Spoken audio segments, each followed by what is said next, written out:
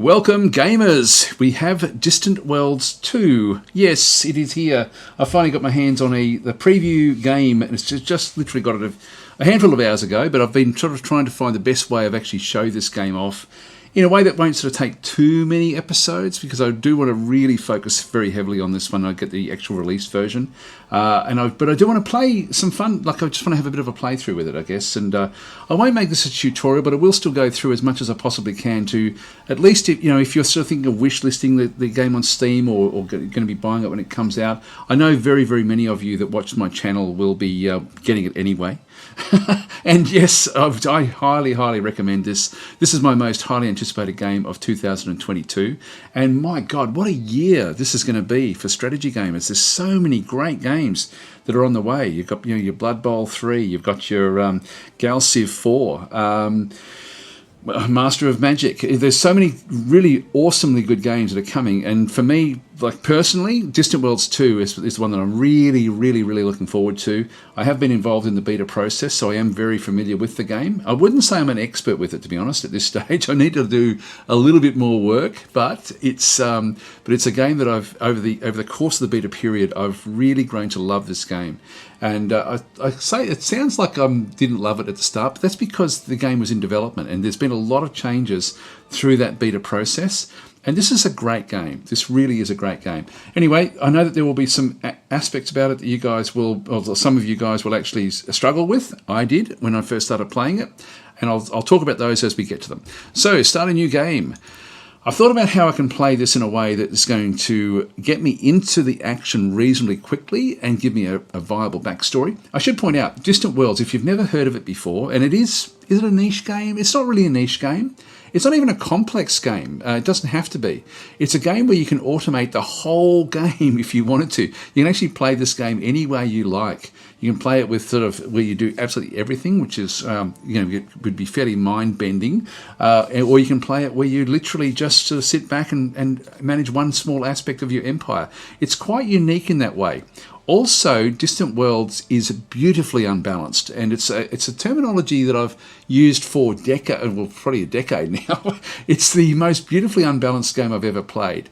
And by that I mean it was never set up to be played as multiplayer, which means that the balance that you have with a multiplayer game just isn't in here. It's just a fun game to just see what comes with your empire. You could actually, when you generate a new game, you could end up with a mind-blowingly difficult start, depending on who you're next to. Or it could be really, really easy, where you could have all these really friendly factions close by, where you end up with a big trading sort of block. It's fun no matter which way it goes. It's just a beautiful game, and it reminds me very much of like a space version of Dwarf Fortress in that sort of regard, where Dwarf Fortress is sort of similar, I guess, with the way that the things are sort of built, the world has got like its own histories and things like that, and you find that this is a very, very rich environment. Again, probably of all the space games, this has got the most rich feel about it. It's a space opera. Like when you play it, you really are playing a space opera where there's just monstrously large histories. Anyway, I won't keep on going on about it. I do want to get into this game fairly fast. I won't talk too much about the stuff unless there's something that I think will be of interest or impact to people that are thinking of getting the game. Galaxy settings, I'm just going to go with starting, restless, normal. This is new, research visibility and research pathing. You can actually have, I was toying with having all the projects visible or not. I think I will show this, so I'll keep this one on. Actually, maybe it might become too much. There's a hell of a lot of research anyway. There is squillions and squillions that you can actually do with it. Look, I'll show it all. Why not? There's an awful lot to go through, and also the research pathing. I'm just going to go with random research paths, so it will mix things up a little bit. So it just means that the replayability is a little bit different with the research each time. Having said that, the game has got incredible replayability anyway. Allow tech trading. I've turned that off because it can be a bit exploitive for the human player. Threats, pirates, space creatures, the colonization. This is all by default. This is the colony prevalence. Is not the settled colonies. The independent colonies have been settled, but this is like the planet quality. It's just going to be normal. our race. Now, this is actually where I think that most people will have their biggest, oh no, like moment when they first see this. Because there's only 7 playable factions in the game. You can have multiple of them in the game, but there's only 7 that you can actually choose from. And so you've essentially got like the Arcadian, which is like an aquatic faction. You've got the Boscaran, which is your insectoids, very very aggressive. Won't deal with anyone really. The Harkonish, which are reptilian mercantile guild. You've got the humans, which are sort of more cunning and diplomacy, very resourceful, backstabbers in one sort of sense. They're not the nicest faction in the game. They're not bad, but they're not. The game is not about purities. It's very interesting the way it sort of does play. The Mortallans, which are your reptilians, your typical reptilians, very aggressive. But very honourable. I really like the Mortallans. They're my favourite faction. They were in Distant Worlds 1 as well, I think. Maybe the Boscarans. Anyway, Mortallans I do really like. The Teekans is interesting. The Teekans in Distant Worlds 1 I really disliked, and I wouldn't play them. I don't think I ever covered them. I never did a series using the Teekans. If I was playing a random faction and the Teekans rolled up, I would restart. Having said that, I've actually now played the Teekans a couple of times in Distant Worlds 2, and I really, really enjoy playing them. These are like rodents that are very good at sort of strip mining asteroids and planets. So not that you strip mine things in the game, but they're basically very, very adept at mining. And Xenox as well. Actually, one of the benefits that they actually have is that they can manipulate some of their civilian miners as well, so they're not just stuck with the state ships. The game, I'll explain that in the game. You've got state ships and you've got civilian ships, and you don't have any real control over the civilians. You only have control over the state-run ships. Xenox is like a feline race. With thick golden fur. These are more like sort of like cultural librarians, I guess, in sense that they're quite intelligent. The Ectarians, they're high industry, but also very very high research. So they're the 7 playable factions that we actually have. Anyway, the one limitation, and I will say that will be the stumbling block for many of you, I think. You'll see this and think, hang on, there was, by the time Distant Worlds Universe had come around, I don't know how many factions there were in the game, there was a hell of a lot. But if you added in mods, there was a hell of a lot more than that. It's so much harder to build the factions in Distant Worlds 2 because of the 3D aspect. So just be aware, it's not through trying to keep things back. It's just that each faction is an incredible investment in time to develop, and so these should be coming into the game slowly with updates and with DLCs, I would guess, as well. Like there'll most likely be updates to change the way that pirates work, for example. There'll be different things in the future, and I'm guessing that when they come in, they'll bring 1 or 2 more factions as they. So this will get fleshed out over time. It's just at launch, this is what we have. And to be honest, the more I played the game, the less I missed the other factions. So for me, it was a big deal when I first started playing the beta, but very, very quickly, really, it didn't become a big deal at all. It's sort of something that I just found, that's not a problem really. But it would be great to have the new factions come in. So anyway, that's going to be. That will be coming in the game over time, and I know that will be probably the biggest stumbling block for many of you. All right, so anyway, the limitation I have with this preview version is I'm only allowed to show you either Mortallans or the Actarians. These are the only 2 factions with this particular version that I have of the game. This is the only limitation I have, by the way, with what I can present. These have been fleshed out with their storylines, and so the others are still coming. They're still being developed and still being worked on. There's still like 6 weeks before the game launches, and so that will be coming. Anyway, I'm going to be playing as the Mortallans. These are my favourite faction in the game. I've enjoyed them, and as I say, back in Distant Worlds 1, they were also one of my favourite factions back from there as well. So I won't talk too much about them. We'll talk about that when we get into the actual game itself. Military dictatorship I'm happy with. This is one thing I wish was different. I wish that there were, instead of just having a flag which then sets up your colours, I wish that these were, that the flags were a symbol that you could actually then put in. You had a foreground and background colour. I wish that was the way it did work, just so you could get more personalization in the way that you had your color schemes and things. Also, yeah, I think that just I hope that they change that. To be honest, I do find this very, very limiting with just the single flag.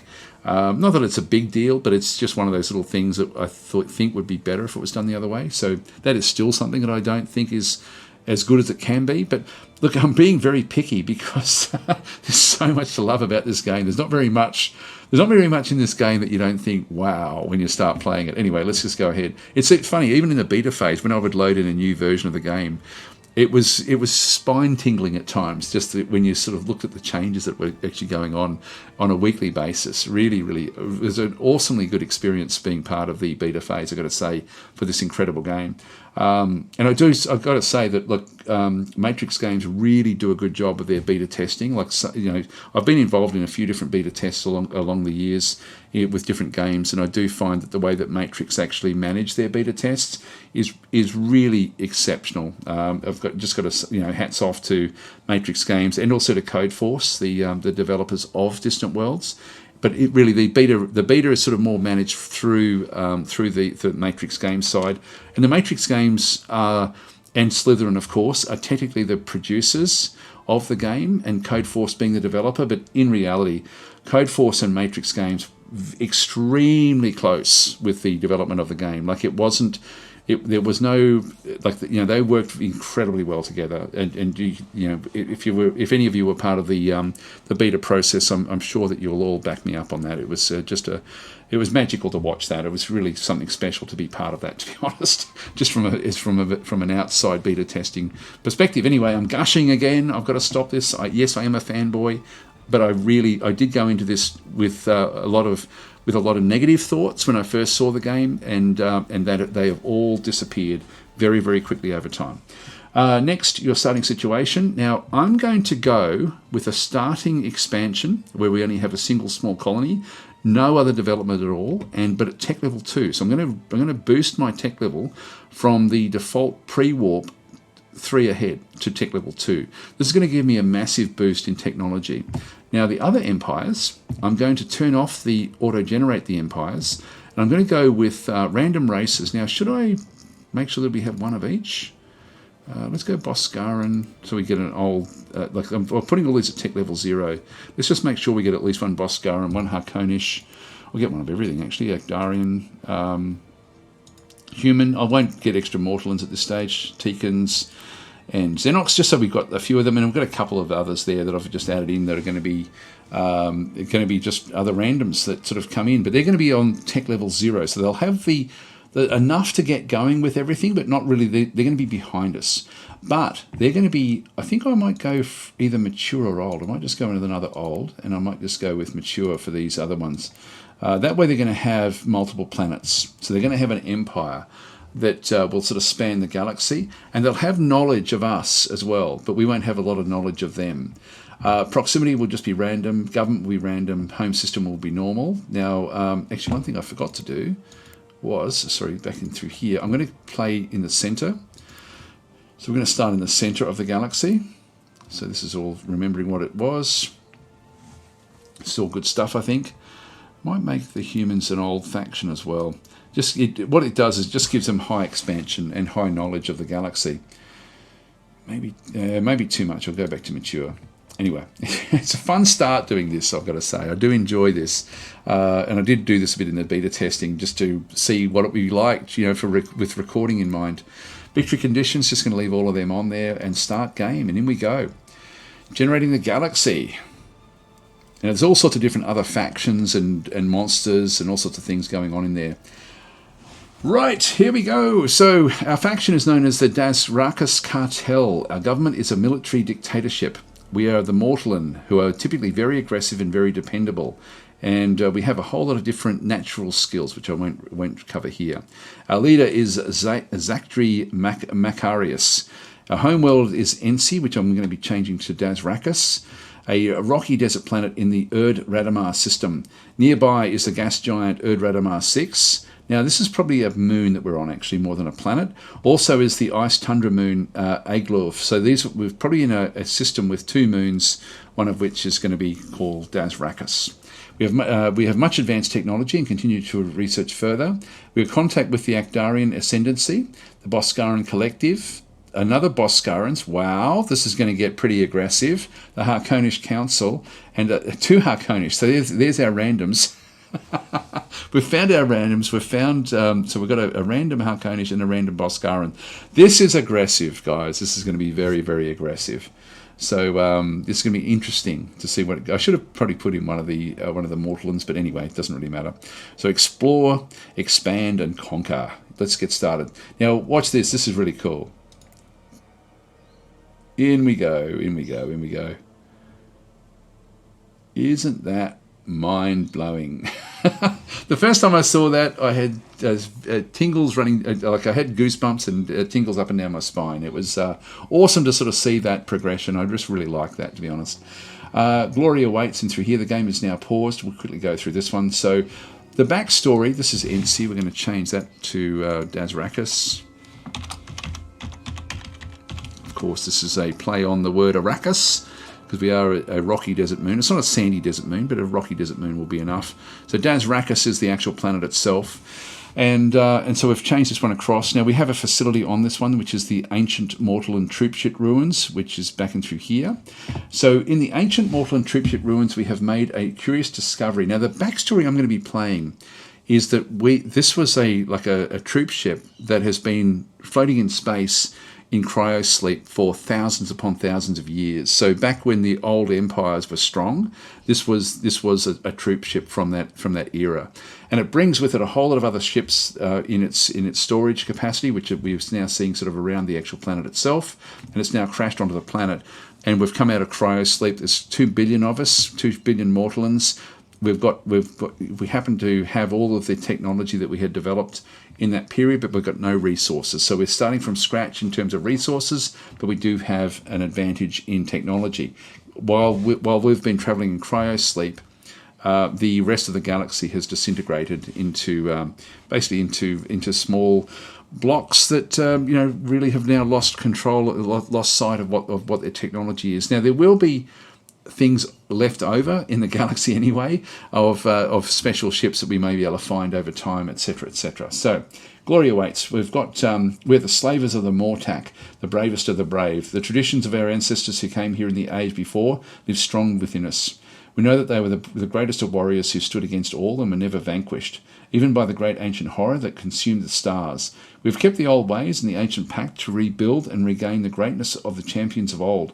The ancient tales speak of powerful enemies, battles greater than any we have seen, and incredible dangers. The honour and glory that awaits us is beyond reckoning. We will use this star drive our ancestors left for us, and send forth the brave, the Mortallan, to reclaim the stars. We've found, well, we've already got these because we're sort of ahead of the game here. If we were doing pre-warp, then we would have actually had a bit of a boost with the early warp field experiments and research labs. And these ruins provide the following colony bonuses. Now, these are randomly generated each time, and these are pretty poor, actually. I've had other ones generated with the Mortallans that give us a lot more. So plus 3% colony development and plus 6% scenery. Now, the scenery does allow us to build a resort base, which we will probably be building pretty early. We'll dismiss that one. And I'm just going to pause this and just quickly go through what we see over through here. So we have like a new leader. This is Zadri.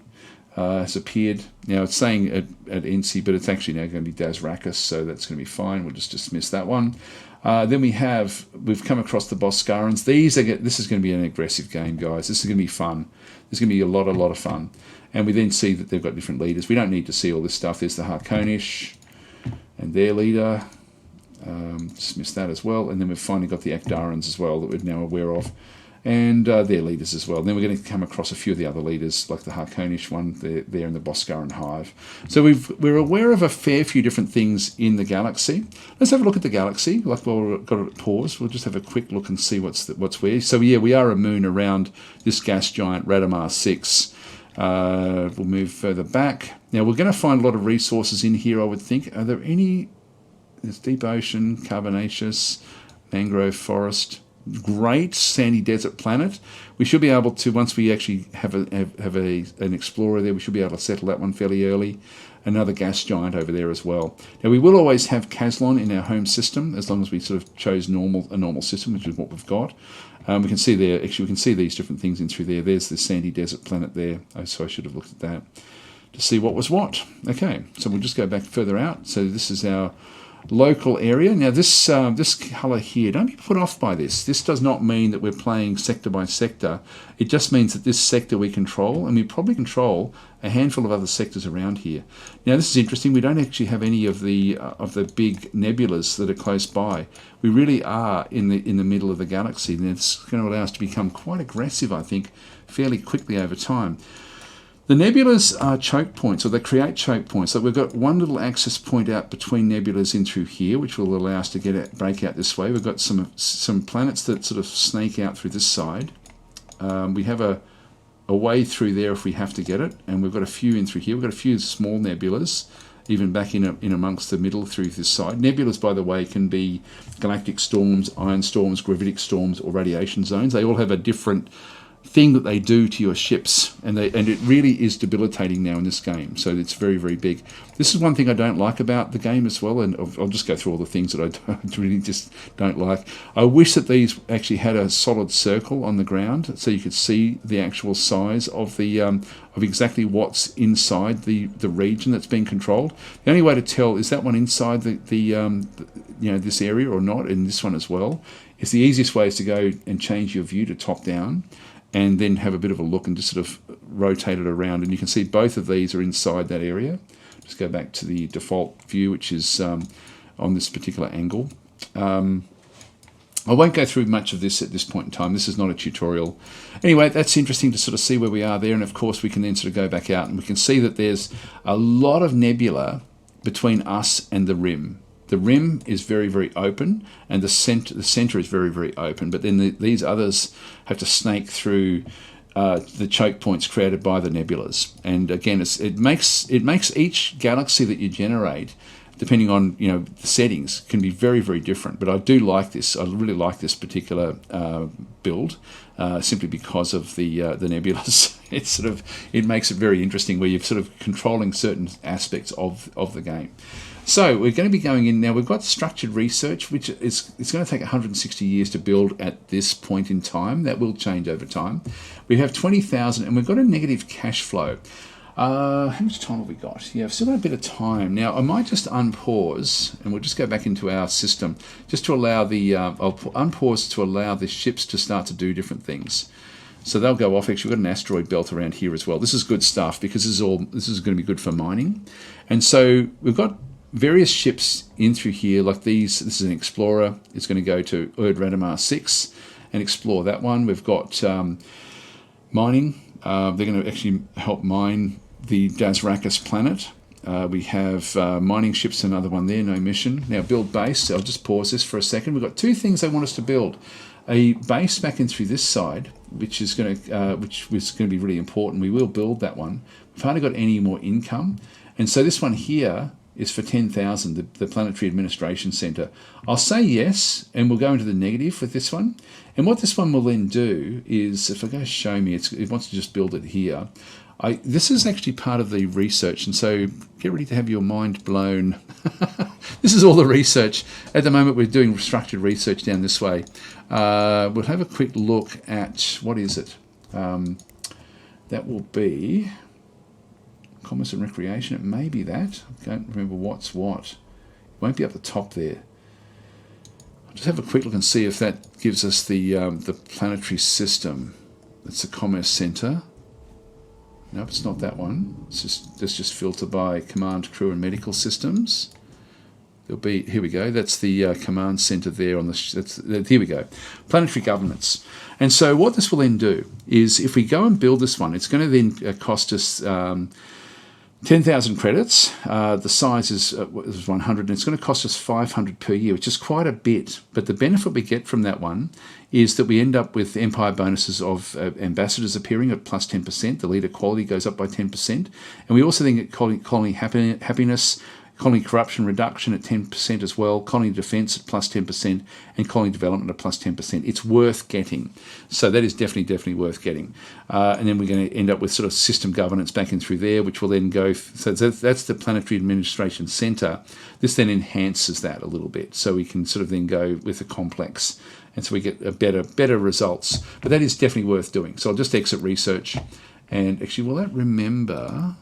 Yeah, it does. So I'm just going to go back to all projects. It is quite cool, and there's so much research that you can do in this game. It is unbelievable. Anyway, let's exit there. And I just wanted to whet your appetite there. So we'll build that one, which may or... Yeah, there we go. We're now in the negative cash flow. And it's going to be a while before we get into the positives at this point in time. So we're slowly going to be building this one up. That'll happen, and this will then become another research centre for us as well. Like, we don't actually have any other research centres. We don't have any research stations, so research is very limited, which is why this is going to take so long to build. I'll let that one go because we don't have to build anything. Like, if you're playing from an early start, you really want to get your warp drive engines, but we've got reasonable warp drives anyway. So these guys are just wandering off to go and do the... they're just going to explore where they are. We've got another one coming through here, which is going to explore different asteroids at this point in time as well. They'll just do the close by stuff. I can take over these ships, but I'm just going to automate them for now. Really, we now just wait until the resources start to tick in. And another thing I think some of you will struggle with is the fact that the planets don't rotate around the other stars anymore, and they don't rotate around the moons don't rotate around the actual planets. I don't mind it. It's sort of one of these things where to do that would have then just taken up so much more computing power in your system. It's already, it's already a beautiful looking game. Like, all the planets, these are not maps. Like, these are not sprite maps, and you can see there it's sort of slowly rotating. This is all randomly generated. Isn't it awesome?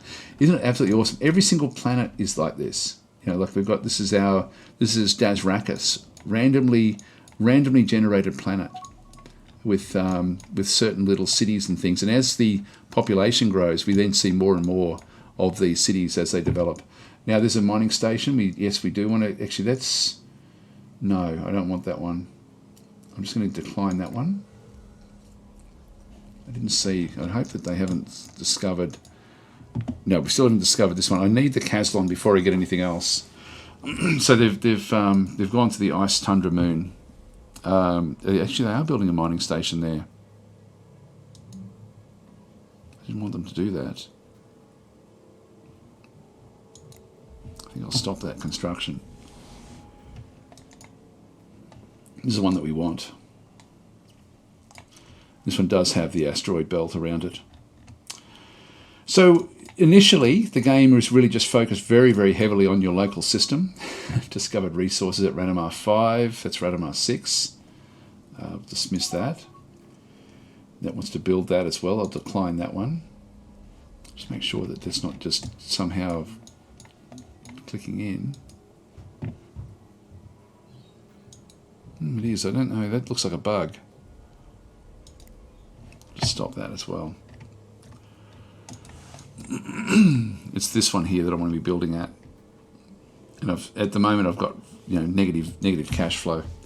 So we have a lot we have to now wait for. We're running out of time for this episode. What I'll probably do is just basically let the game run forward until something actually happens, and then sort of talk a little bit about what's going on. But we've now at least made a start, and then as we go through this particular series, I'll then go through how the game works with different things. But this is not going to be a tutorial. I will do a full-blown tutorial probably in the coming months. I don't think I'll rush that.